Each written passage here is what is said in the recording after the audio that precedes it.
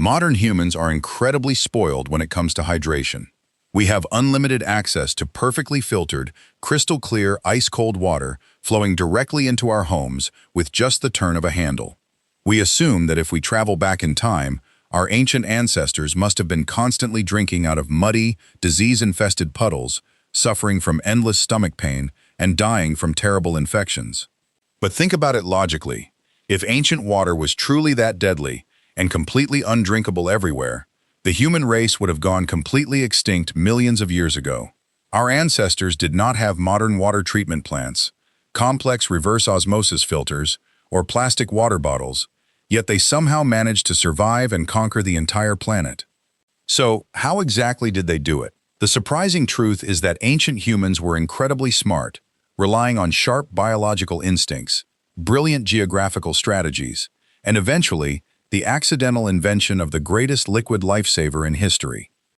Before humans invented complex technologies or understood the microscopic world of bacteria, they relied heavily on something much more primal and incredibly effective: sheer biological instinct and sharp environmental observation. Early humans were not blindly scooping up muddy, green water and hoping for the best. They were deeply connected to the natural world. Just like wild animals, our ancient ancestors possessed a highly developed sense of smell and a natural, hardwired aversion to stagnant, foul-smelling, or strangely colored water. If a puddle smelled like rotting organic matter or was completely covered in thick layers of slimy green algae, their deeply ingrained survival instincts instantly triggered a massive warning signal in their brains, telling them to stay away. Instead of drinking from stagnant pools where dangerous bacteria and deadly parasites aggressively thrive, ancient humans actively sought out moving water. They understood that fast-flowing rivers and bubbling streams were significantly safer because the constant movement naturally oxygenated the water and prevented the massive buildup of harmful pathogens. However, their absolute favorite and safest source of hydration was hidden beneath their feet: groundwater. Long before modern water treatment plants existed, the Earth itself acted as a giant, highly efficient filtration system.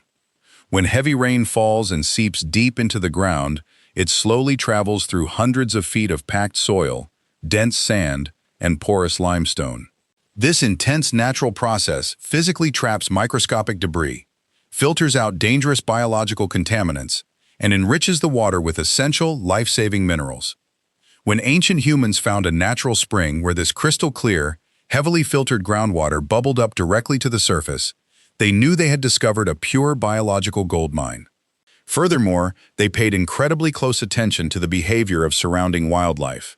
If a nomadic tribe was exploring an unfamiliar territory and desperately needed hydration, they would carefully watch where large, healthy herbivores like deer or wild horses went to drink.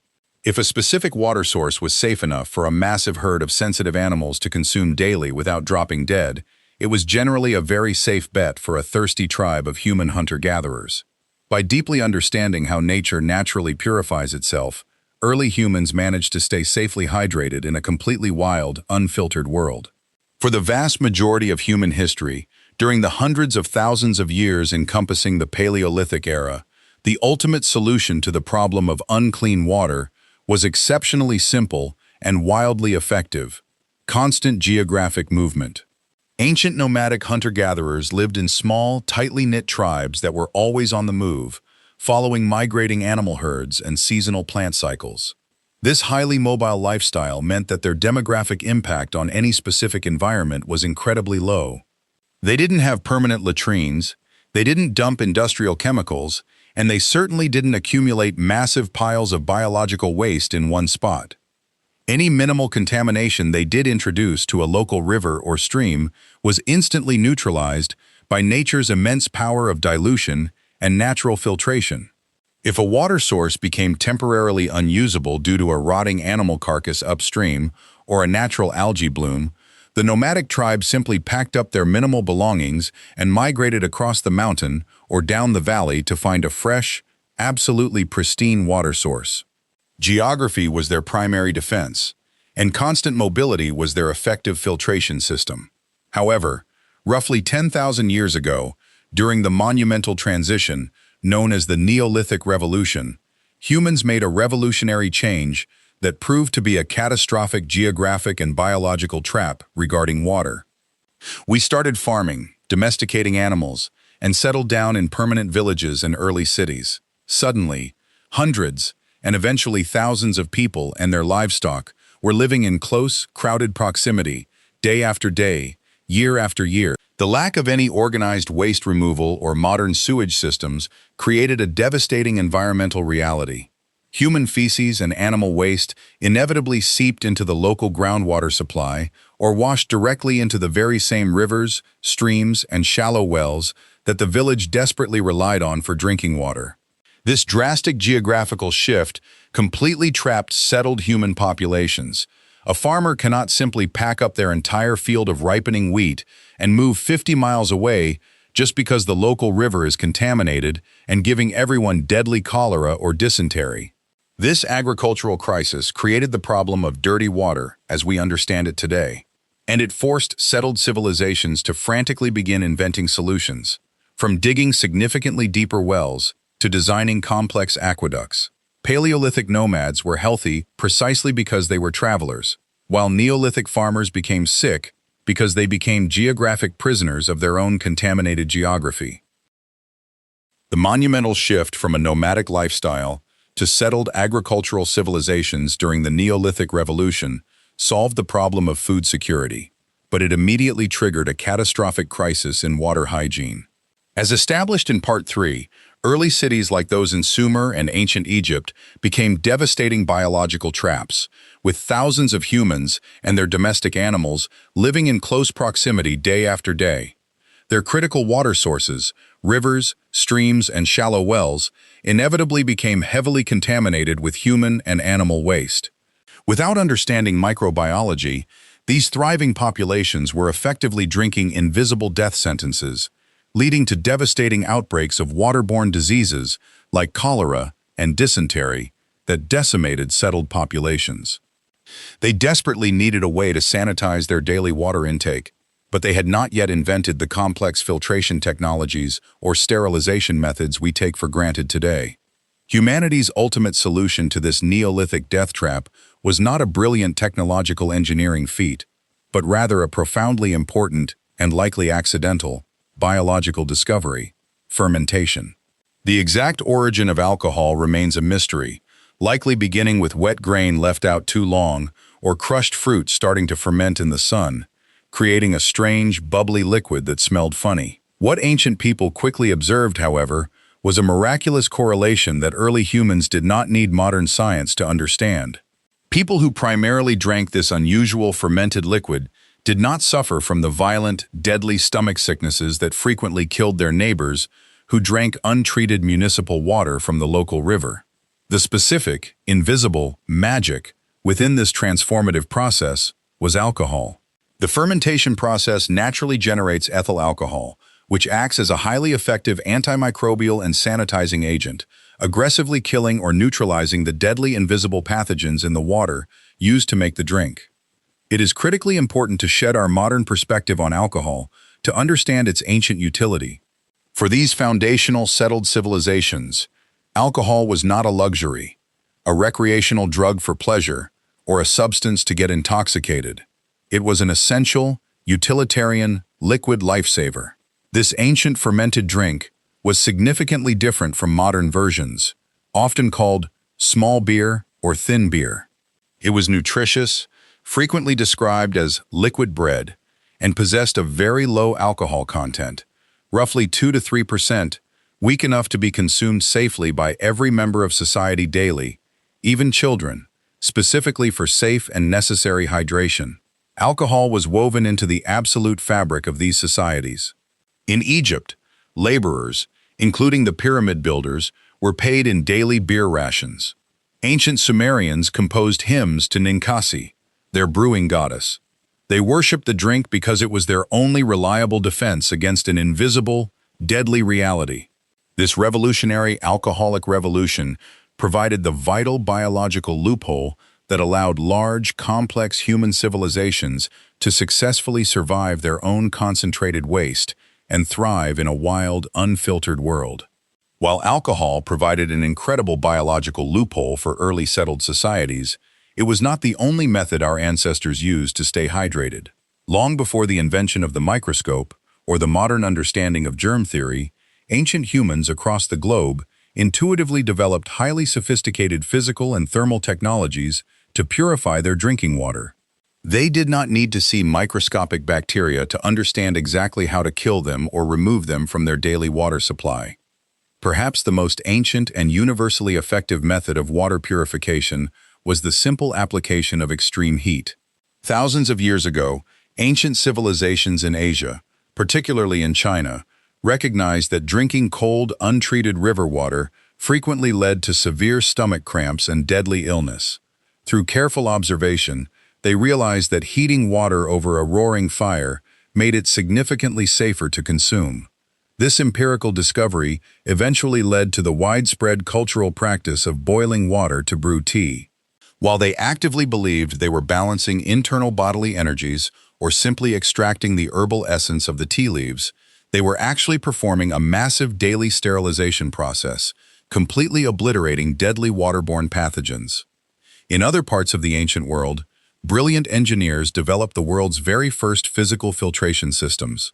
In ancient India, medical texts dating back over 2,000 years, such as the Sushruta Samhita, explicitly recommended filtering murky water through complex layers of fine sand, coarse gravel, and crushed charcoal, a method that is remarkably still the foundational science behind modern water filters today.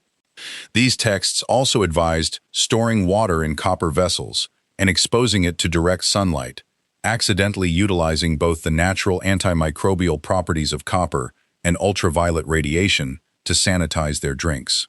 The ancient Egyptians took a chemical approach, discovering that adding a mineral called alum to cloudy water caused the floating dirt and microscopic impurities to clump together and sink to the bottom.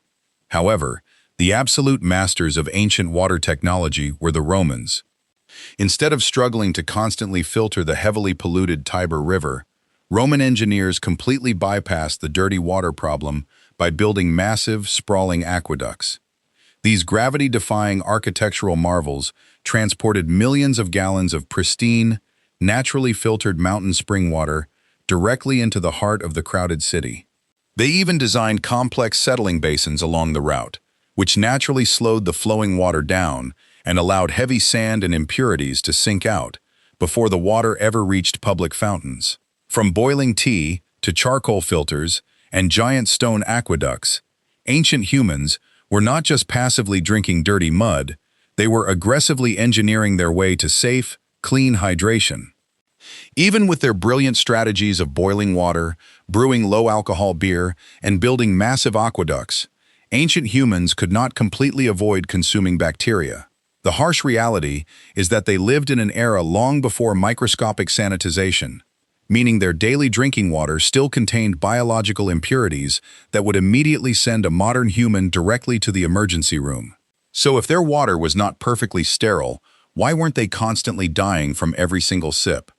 The answer lies in the incredible, albeit brutal, power of human biology and the extreme evolutionary mechanism of acquired immunity. Today, modern humans live in intensely sterilized environments. We aggressively scrub our hands with antibacterial soap, drink heavily chlorinated water, and eat deeply processed foods. As a direct result, our internal gut microbiome is incredibly fragile, and our immune systems are totally unprepared for sudden bacterial threats. But ancient humans lived intimately with the dirt. From the exact moment they were born, they were constantly exposed to a massive variety of local microbes, parasites, and bacteria. This intense, daily exposure acted like a brutal, natural training camp for their entire immune system. If an ancient child successfully survived their most vulnerable early years, and it is crucial to acknowledge the tragic historical reality that infant mortality rates in the ancient world were incredibly high, their surviving immune system became an absolute biological fortress. Their gut microbiome was heavily populated with a diverse army of robust, beneficial bacteria that fiercely competed with and effectively neutralized dangerous pathogens. They possessed powerful localized immunity, An ancient Egyptian could likely drink straight from the muddy banks of the Nile without getting sick, because their body had specifically adapted to the exact microscopic ecosystem of that specific river over their entire lifetime. However, this localized immunity had a major biological catch. While they were perfectly safe drinking their own local water, traveling was incredibly dangerous. If that same ancient Egyptian traveled thousands of miles to ancient Rome and confidently drank from a local well, the unfamiliar foreign bacteria would easily bypass their localized immune defenses, causing severe and potentially deadly sickness. The prehistoric ability to drink unpurified water was not some biological magic trick. It was a brutal evolutionary transaction.